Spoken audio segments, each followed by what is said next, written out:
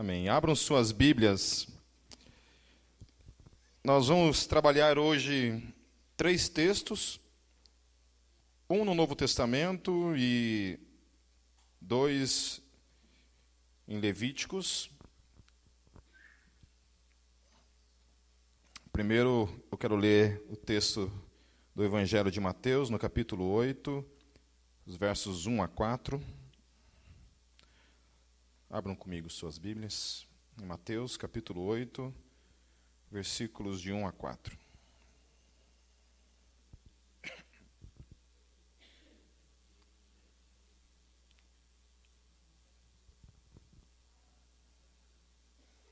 Mateus, capítulo 8, versos 1 a 4. Vamos lá?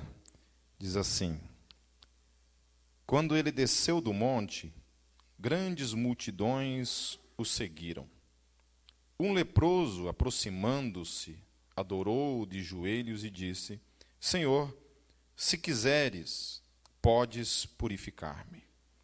Jesus estendeu a mão, tocou nele e disse: Quero, seja purificado. Imediatamente ele foi purificado da lepra. Em seguida, Jesus lhe disse: Olhe, não conte isso a ninguém, mas vá mostrar-se ao sacerdote e apresente a oferta que Moisés ordenou, para que sirva de testemunho. Vamos orar? Santo Deus, nós te louvamos pela tua palavra que está aqui diante de todos nós, Senhor. E pedimos nessa noite, Deus, que a tua palavra venha falar mais uma vez no nosso coração, Deus, em nosso espírito, porque todos nós temos fome e sede da tua palavra. Ministra, Senhor, edifica a tua igreja, Deus, na tua palavra. Peço também, Deus, por todos que não estão aqui presentes, mas talvez de alguma forma estejam ouvindo, Deus, em suas casas, através do live stream, que também a tua graça e a tua palavra os alcance aonde estiverem. Em nome de Jesus. Amém. Eu quero falar um pouco hoje sobre essa questão da inclusão, o evangelho da inclusão.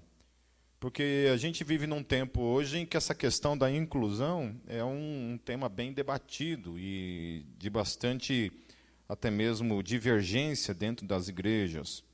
Porque existe algumas igrejas que não incluem, algumas que incluem em uma certa medida e outras que incluem sem nenhuma medida, digamos assim, de maneira liberal mesmo. A porta é escancarada e entra quem quer, da forma como quer, e assim caminha a igreja, assim caminha a humanidade.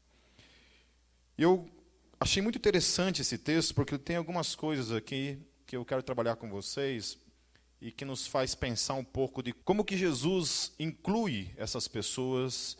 E isso talvez, para mim e para você, sirva de alguma forma para a gente trazer isso até mesmo para a nossa forma hoje, como a gente está trabalhando essa questão da inclusão, do evangelho. Uma vez eu estava falando sobre tatuagem, numa entrevista, e um cara comentou sobre essa questão, afirmando que, de alguma forma, a gente estava negociando o evangelho ao aceitar a tatuagem como parte da igreja. E eu respondi a ele que não, que o evangelho é inegociável. Nós estamos negociando o evangelho, porque essa questão de tatuagem não tem nada a ver com o evangelho, é outra questão. Nós estamos falando sobre cultura. O evangelho é algo inegociável. Questões culturais, aí depende. Se aquilo é contrário ao evangelho, a gente trabalha. Se não é contrário ao evangelho, aí nós somos livres, então, para termos a nossa vida ou não termos, daí é uma questão de gosto pessoal de cada um. Eu não tenho tatuagens, porque eu sou muito macho. Eu gosto muito de agulha, então por isso eu não tenho. Mas a gente tem uma situação aqui que é interessante, que Jesus ele se depara com um leproso. E lá em Levíticos, abram suas Bíblias em Levíticos capítulo 13. Eu quero ler 2 versículos apenas do capítulo 13. Levíticos, capítulo 13, lá no começo da Bíblia.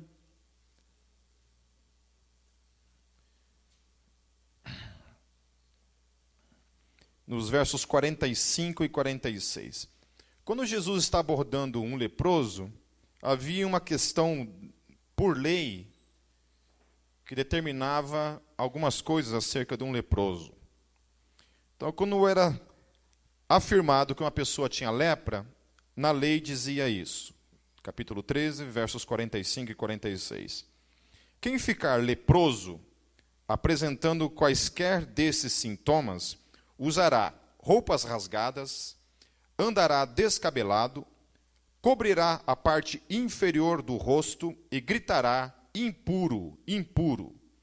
Enquanto tiver a doença, estará impuro, viverá separado, fora do acampamento. Então, todo leproso, ele tinha, de alguma forma, que usar um tipo de roupa, um tipo de penteado,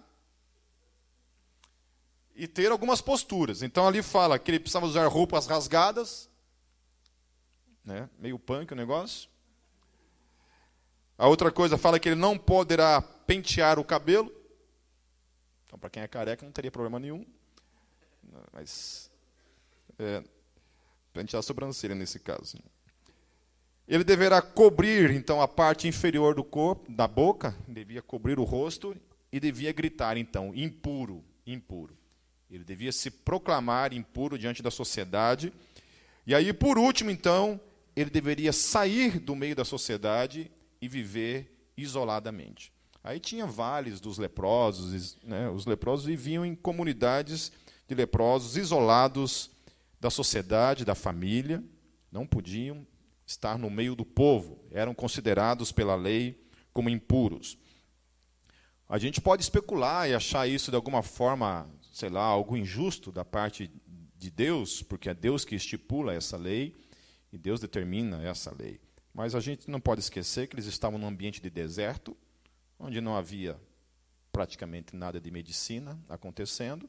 Se hoje em dia os leprosos já são isolados em alguns tipos de lepra, aí eu não sou médico, não sei dizer a respeito disso.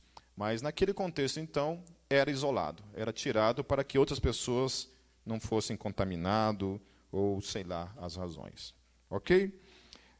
A grande verdade é que algumas coisas desse texto têm muito a ver comigo e com você. Porque, de alguma forma, eu e você temos as nossas lepras na nossa vida.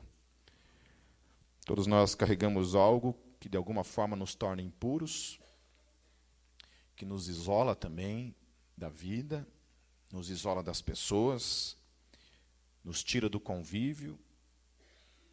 Não é verdade? Tem momentos, às vezes não é durante todo o momento, mas há momentos em que a gente se sente assim, onde a gente prefere ficar só, onde a gente se isola das pessoas, onde a gente não se acha digno de estar na presença de Deus, diante das outras pessoas, onde a gente não consegue olhar nos olhos da esposa, nos olhos do marido, quando a gente não consegue mais olhar nos olhos dos amigos, quando a gente não consegue mais nem se olhar no espelho. Quando a gente está sendo consumido por coisas que não necessariamente são físicas, às vezes até mesmo isso, né? Às vezes pode ser realmente um defeito, uma feiura crônica, né, que foge do espelho. Às vezes a lepra pode funcionar de um modo contrário. Às vezes a alma do cara está tão consumida por algum tipo de lepra no mundo do espírito, em que o espelho se torna o contrário, né? Se torna uma espécie de narcisismo. Né?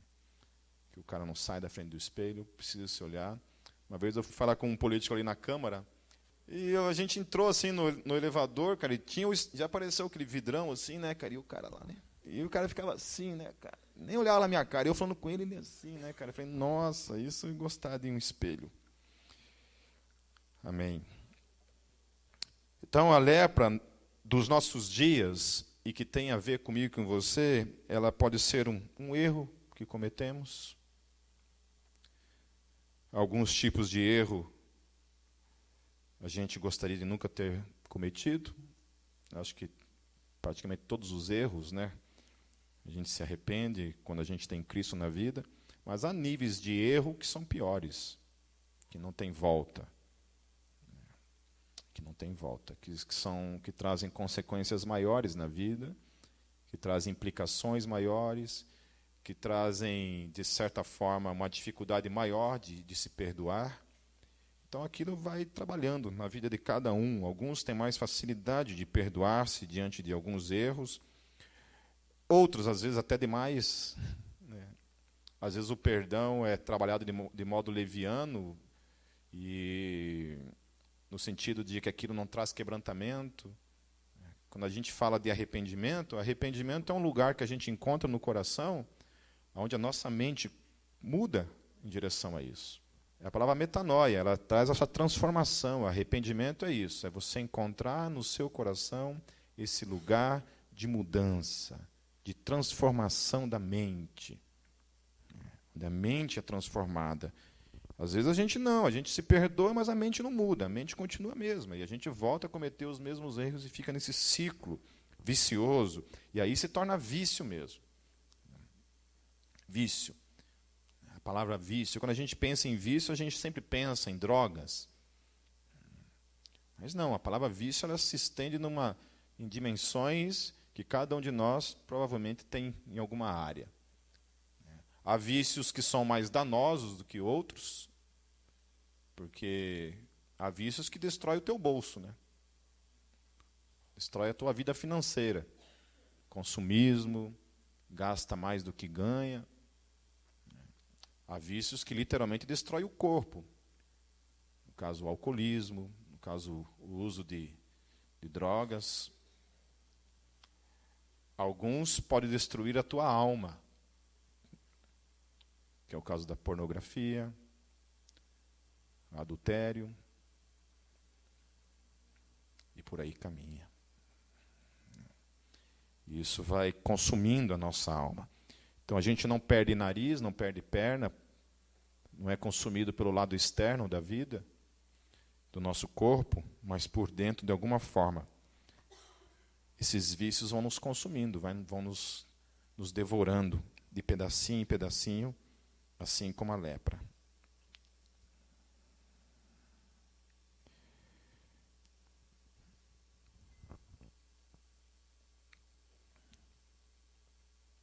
O que é interessante é que, diante de tudo isso que nós estamos falando, e nos colocando um pouco na posição desse leproso, quando a gente tem essa proximidade da pessoa de Jesus, que se coloca no nosso caminho, e nós, a partir de então, temos acesso a Ele na nossa vida. Jesus se apresenta como esse cara que propõe a cura para essas espécies de lepras que caminham dentro de nós e em cada um de nós.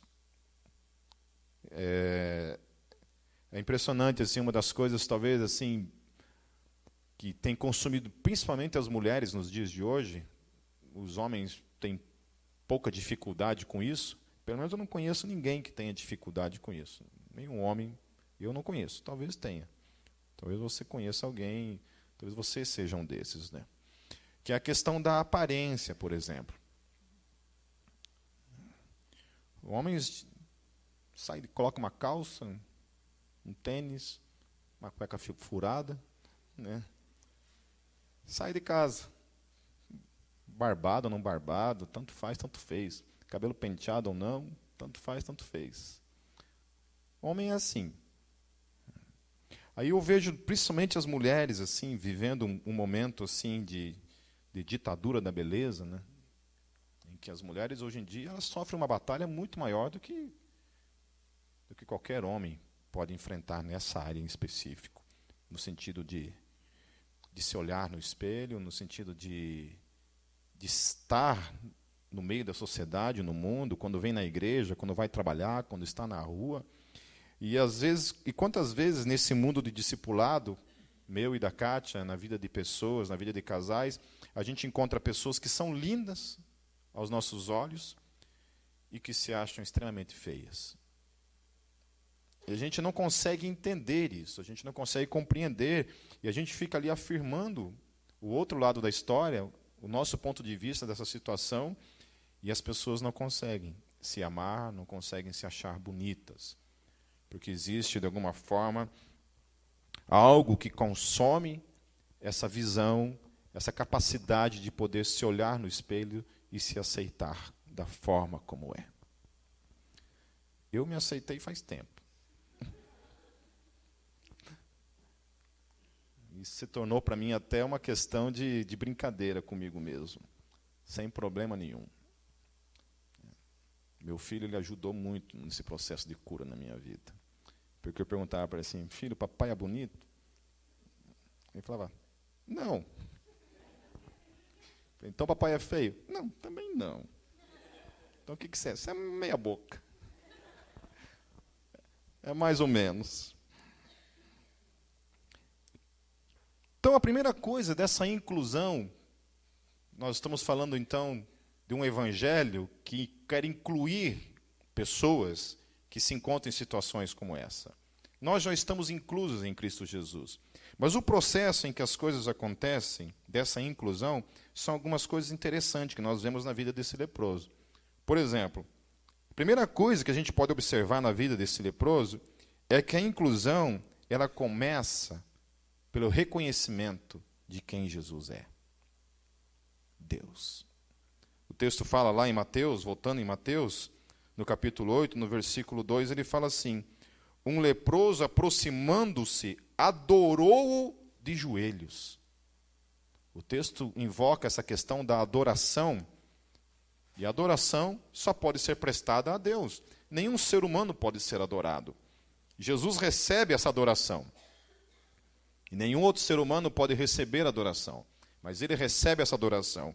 Então começa por isso, o reconhecimento de que Jesus é Deus. Jesus não é somente aquele que cura, mas ele também é Deus de alguma forma, o texto está falando. Ele se prostra e ele adora a Jesus.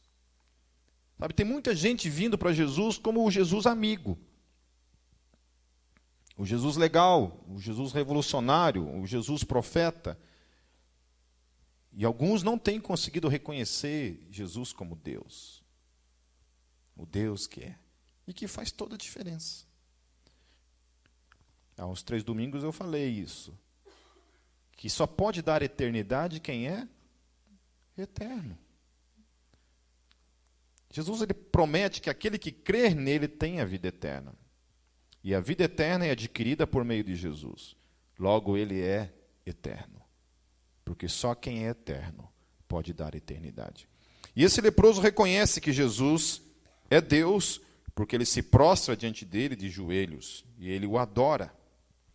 A outra coisa é que, para ser incluído, precisa entender a sua condição.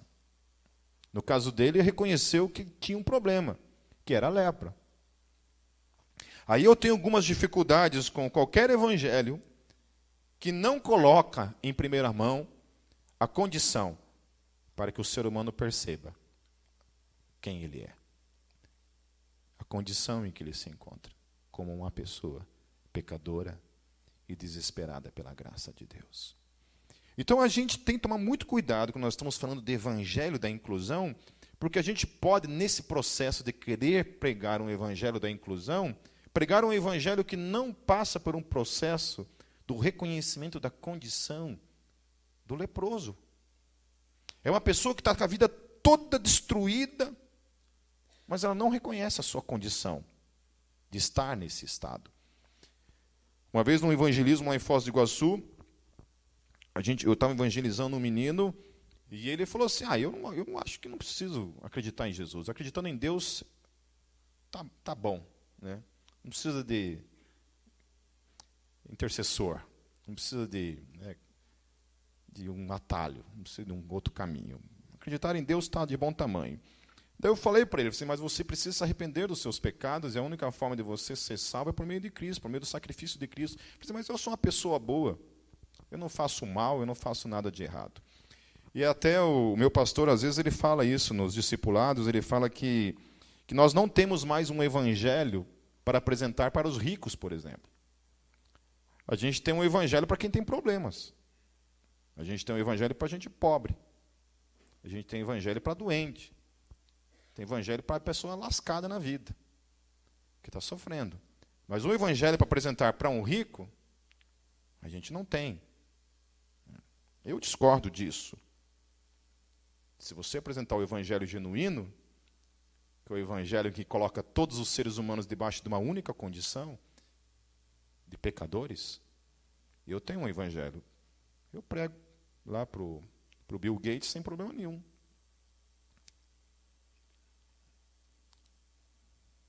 Depois peço o dízimo.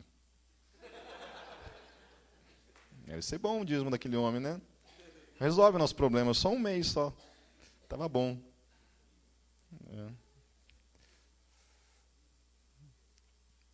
Vamos lá.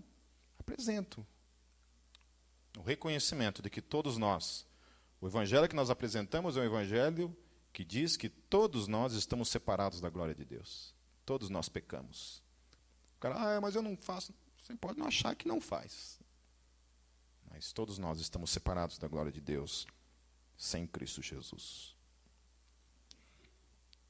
Ele reconhece a sua condição quando ele diz assim: Senhor, se quiseres, podes purificar-me. Ele reconhece a sua condição de imundo e a necessidade de ser purificado. Quando o evangelho foi apresentado para mim, ele teve essa implicação. Eu não sei se foi uma iluminação da parte do Espírito na minha vida, onde na hora que o evangelho foi apresentado, eu me vi a pessoa mais pecadora do mundo. E o desespero de perceber aquela condição em que eu estava e que eu precisava desesperadamente, então, de salvação, de perdão na minha vida. E aí, quando o perdão entra, todo o processo de cura começa a acontecer, então. Então, a segunda coisa é isso, é reconhecer a condição. A terceira coisa ligada a esse episódio é que inclusão tem que ter um entendimento claro de que Deus não é obrigado a nada. Não há nenhum tipo de obrigação de Deus para comigo. Ele coloca assim: Senhor, se quiseres. Ele não é um evangelho que determina o que Deus quer. Não é um evangelho que dá ordens para Deus. Eu fiz parte, gente, na minha vida, de uma teologia, me alimentei de uma teologia em que as coisas para Deus eram determinadas da minha parte. A gente chegava e dizia, tem que acontecer, e tem que acontecer, acabou. Não era perguntado se Deus queria, porque o nosso entendimento é que Deus, por exemplo, Deus não queria pessoas doentes no mundo, por exemplo. Que todas as doenças são do diabo. Logo, quando você fica doente, você está com o diabo. Tem um demônio na sua vida. Era esse o entendimento, literalmente. Que quando você ficava doente, você estava em pecado. Ou estava com um demônio. Era isso que a gente entendia. Daí, como é que fazia? Expulsava o demônio do cara. Então, queria expulsar. Ou fazer o cara, de alguma forma, confessar algum pecado, porque crente que fica doente é porque está em pecado, ou está endemoniado. Então, quando não saía demônio, a gente tentava negociar com o cara para falar para o cara que o cara tinha algum pecado. A esposa de um pastor amigo meu estava no hospital com câncer, vivendo os seus últimos dias, e ele tomou todo o cuidado com relação a visitas para que pessoas dessa linha em especial não a visitassem, não entrassem lá. E por um descuido, de alguma forma, um desses entrou. Um desses entrou e chegou para ela e falou assim: irmã, você tem certeza que você não tem nenhum pecado aí para confessar?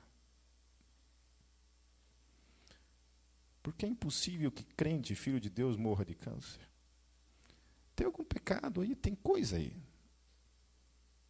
Então, assim, era uma teologia totalmente distorcida da realidade, triunfalista, mentirosa, porque esses caras que escreviam esses livros também ficavam doentes, morriam também, e às vezes morriam de câncer. Seus filhos ficavam doentes, as pessoas que eles conheciam ficavam doentes, tinha gente na sua igreja que ficava doente. E assim é a vida. É normal, faz parte da vida. Faz parte da vida. A gente tem falado muito sobre isso ultimamente. Que o evangelho triunfalista, esse evangelho que a gente está falando agora, esse evangelho triunfalista, ele está tão enraizado na nossa vida, que a hora que fura o pneu do nosso carro, por exemplo, a gente grita para o céu. O que está acontecendo aí? A nossa vida financeira está despencando, a gente grita para o céu. O que está acontecendo aí? Quando alguém fica doente, dos nossos, ou até mesmo nós, a gente grita para o céu. O que está acontecendo aí? Está cego, não está enxergando? Está perdendo a soberania? Cadê? Não é isso que acontece? Então, por confissão, nós não acreditamos nessas coisas. Mas pela praxis, nós somos isso no dia a dia. Confessamos um Deus cheio de graça, soberano, que não é obrigado a absolutamente nada em nossas vidas, mas na praxis da nossa vida, a gente vivencia isso o tempo todo. A gente tinha que pegar discipulado com Seixonoye. Seixonoye é uma religião aí. Uma religião que tem aí, não sei se é religião, seita, movimento, qualquer coisa. Que seja.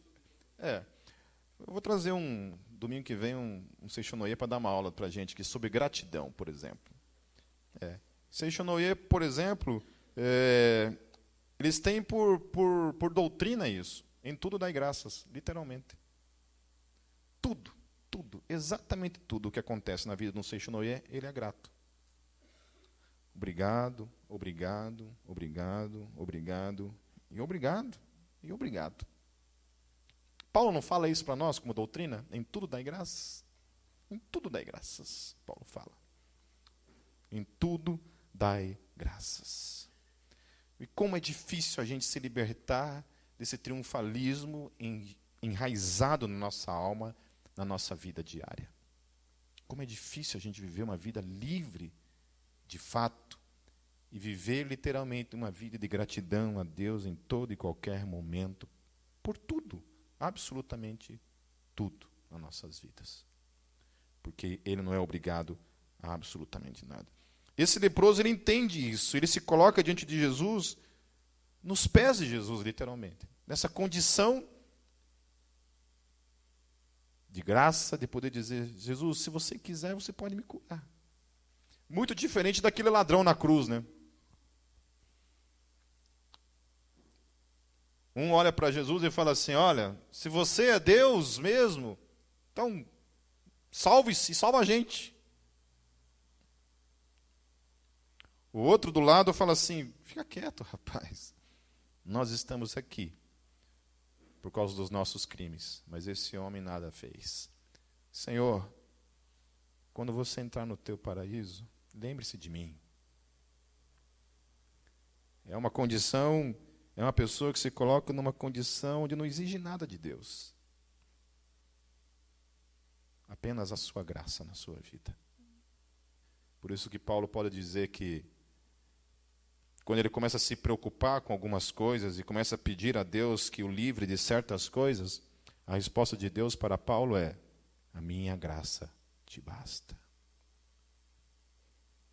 Eu acho que Deus deve soprar isso por meio do Espírito dele o tempo todo no nosso ouvido e a gente não consegue ouvir isso da parte dele.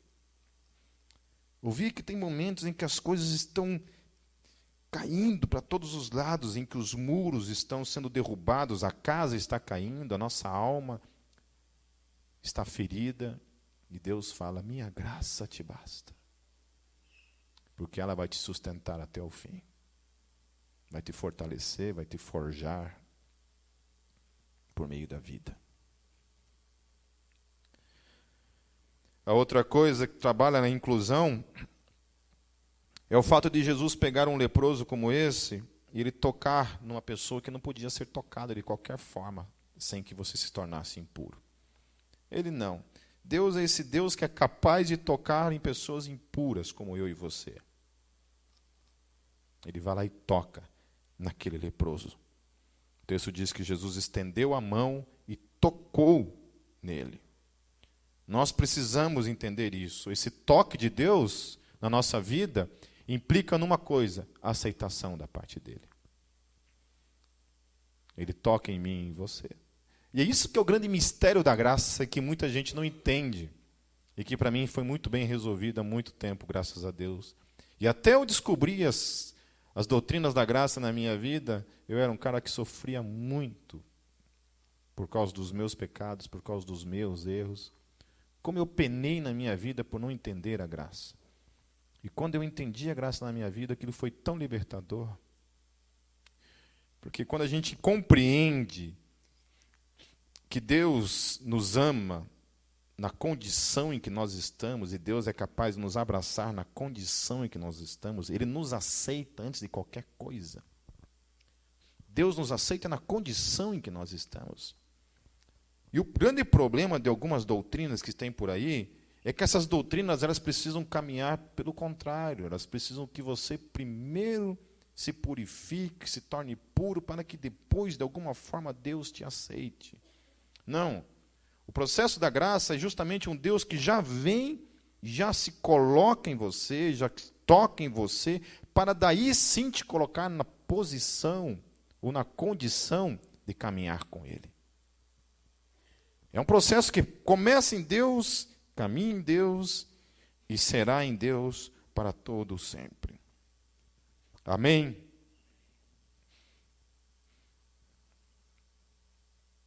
É uma inclusão que se inicia por meio da vontade do próprio Jesus. O texto diz que Jesus lhe responde: quero, seja purificado. Jesus é esse que quer curar a minha vida, quer curar a tua vida, quer nos libertar de alguma forma daquilo que nos oprime, daquilo que nos devora, daquilo que consome a nossa alma. E é só Ele, meus irmãos. Eu fico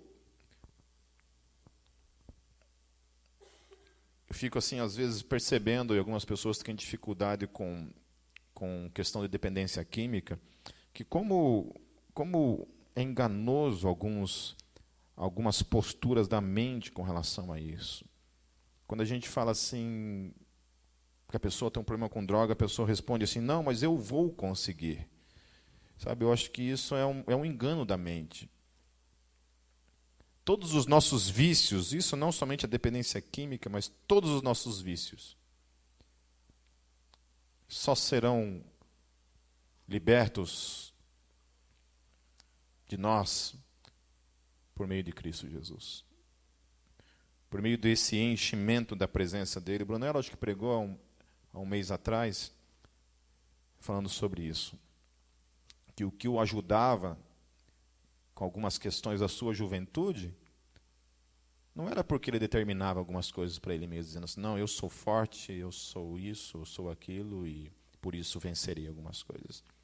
Mas, do contrário, foi a busca por Deus que trouxe esse revestimento de santidade, de cura, de libertação. E eu posso dizer que isso foi o mesmo comigo na minha vida, quando eu era jovem, como vocês. Quando eu tinha meus 18 aninhos, puberdade me consumindo, banho gelado cada 5 minutos, cheio de amor.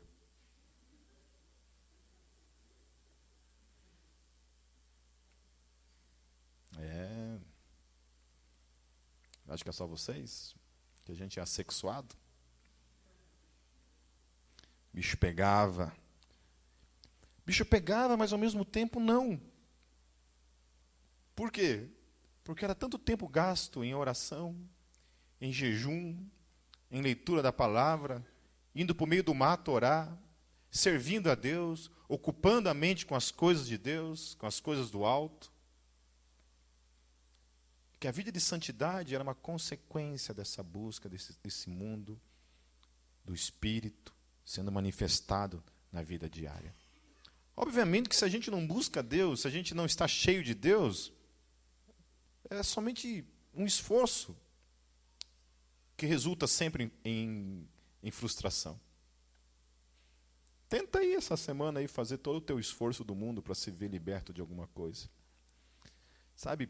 Procure esse caminho, que é o caminho da busca. Ao invés de você ficar querendo se libertar, vai orar. Gaste tempo em oração. Ser cheio do Espírito Santo para ver se esse processo não será diferente.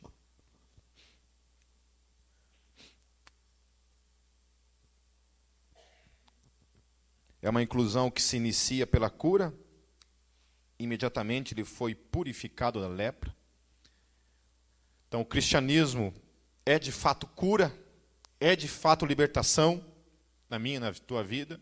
Algumas coisas levam um processo um pouco maior, mas precisa acontecer. Há muitas coisas na minha vida que foram, de imediato, um processo de libertação.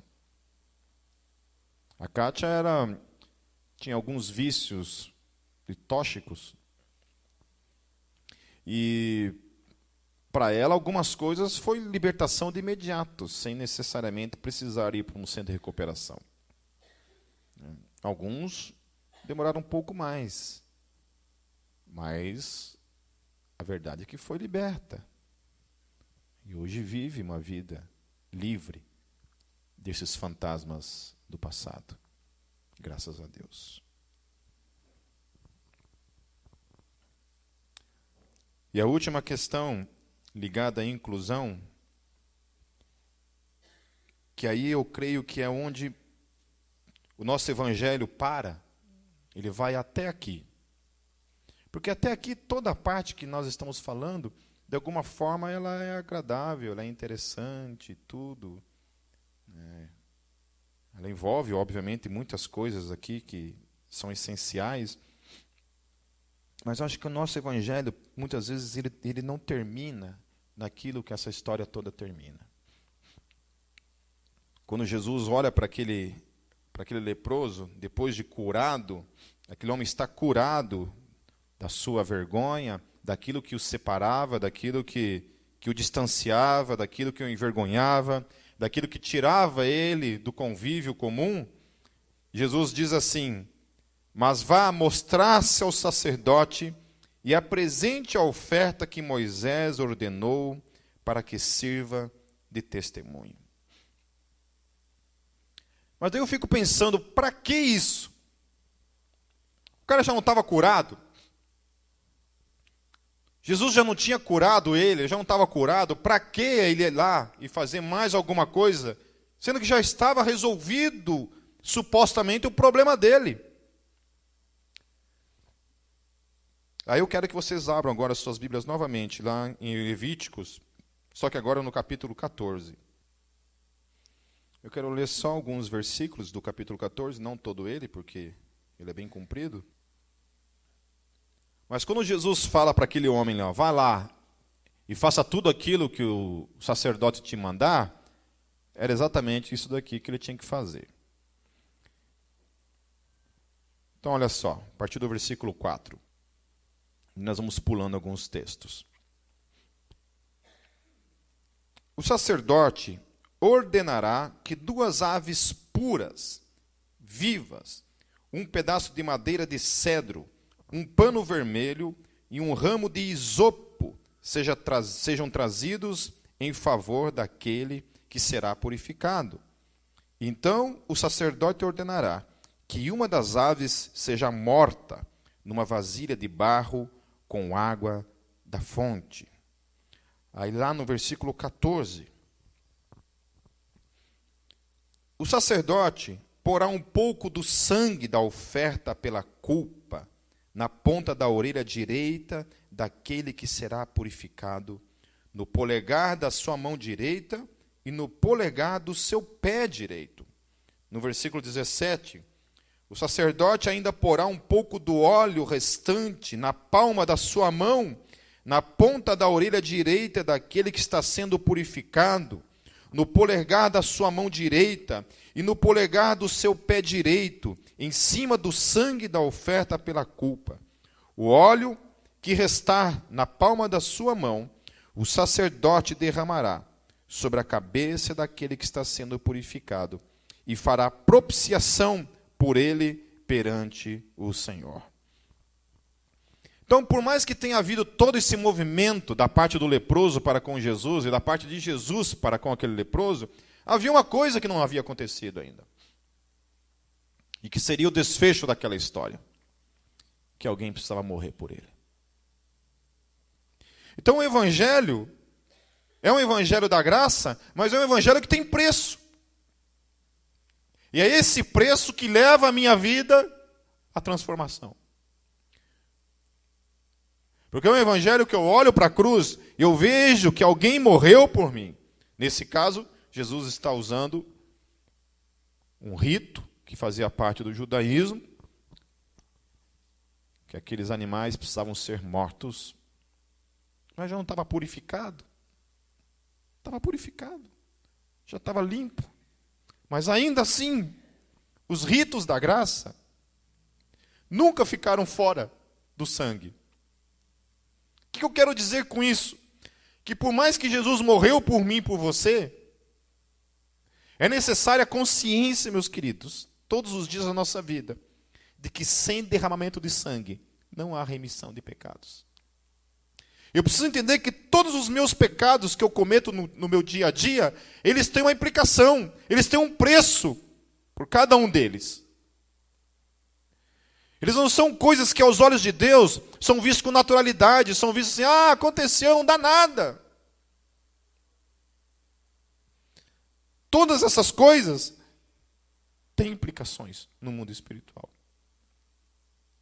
Eu não estou dizendo que Jesus é crucificado todos os dias, mas o autor de Hebreus ele fala assim que aqueles que uma vez foram iluminados, provaram do dom celestial,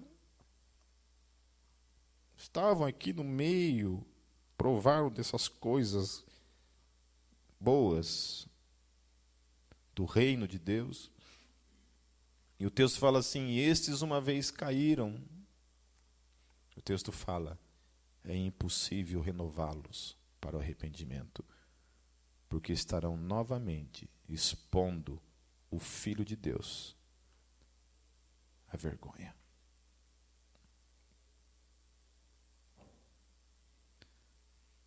Por que o autor de Hebreus está falando isso? Porque hoje, trazendo isso para o nosso contexto, a gente tem apresentado um evangelho que não precisa de nada disso.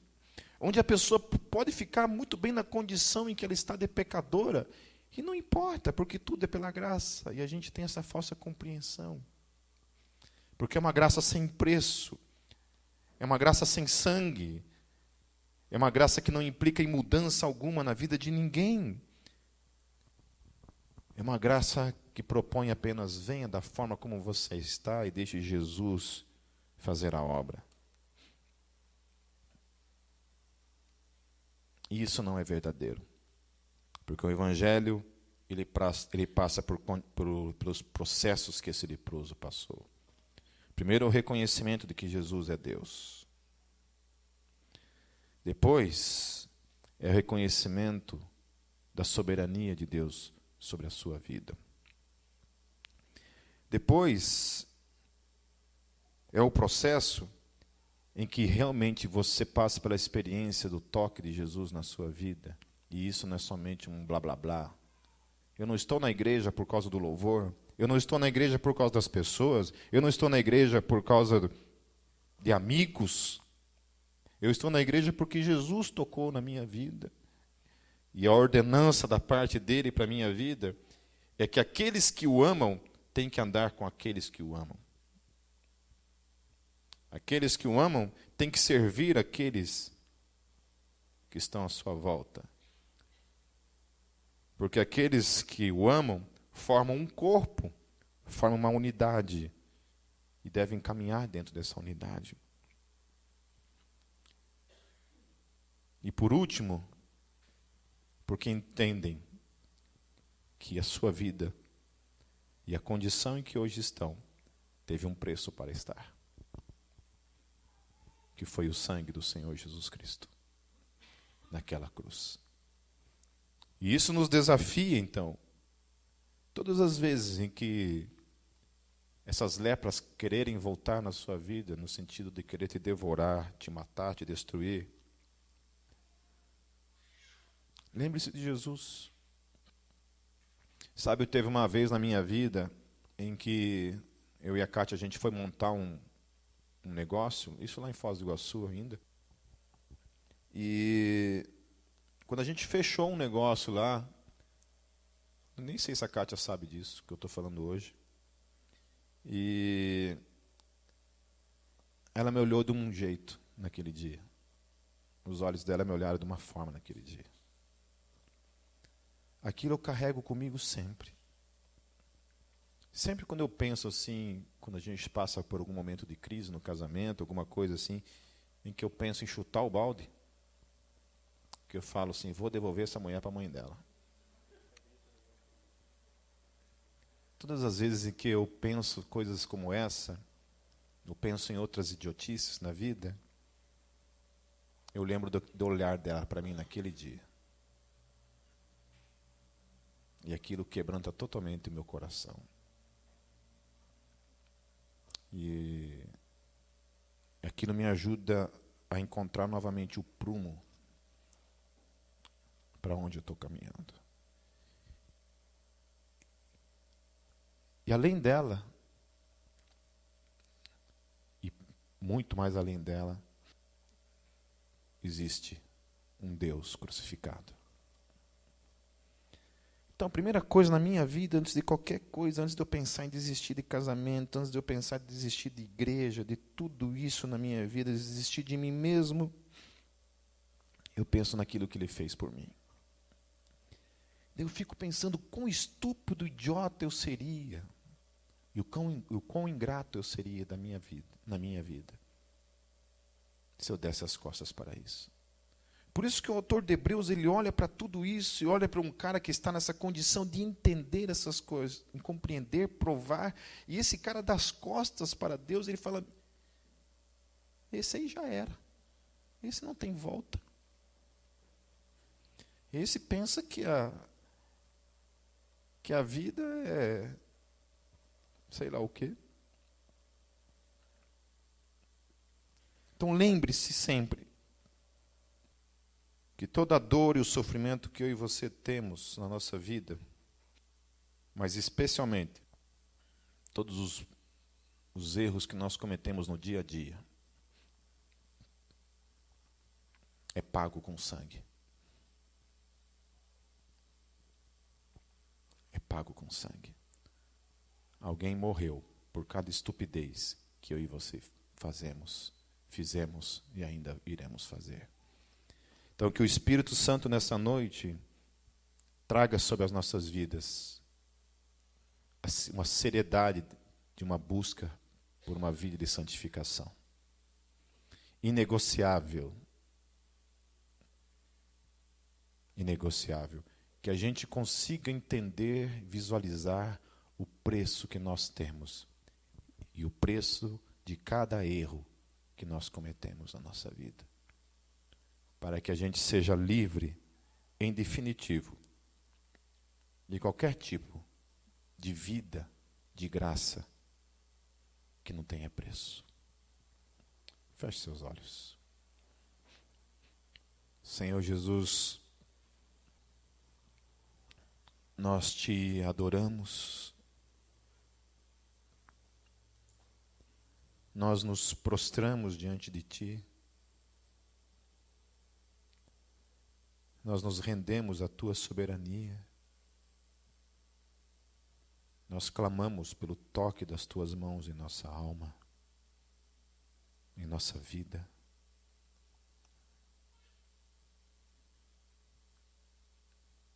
Nós confessamos, Jesus, a nossa condição, Deus, de indignos, de não merecedores,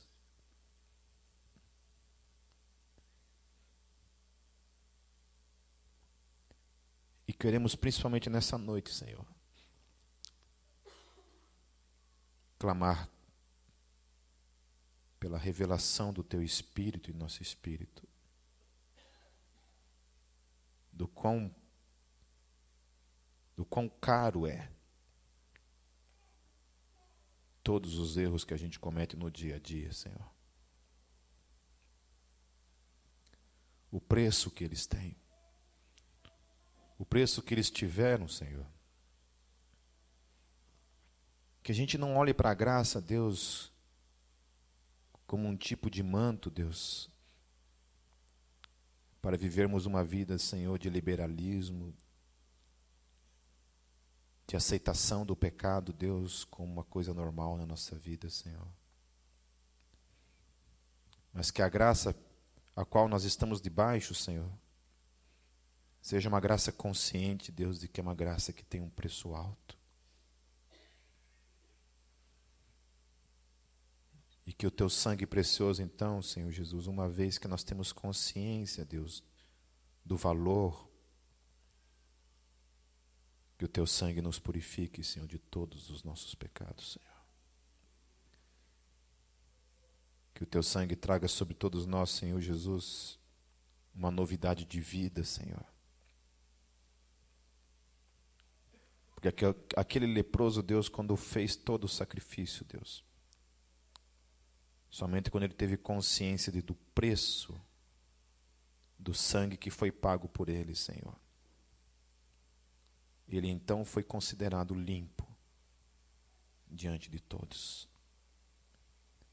Nos torne limpos, Senhor Jesus, todos os dias, para que a Tua glória seja resplandecida por meio de todos nós. Em Teu santo nome, Jesus. Amém.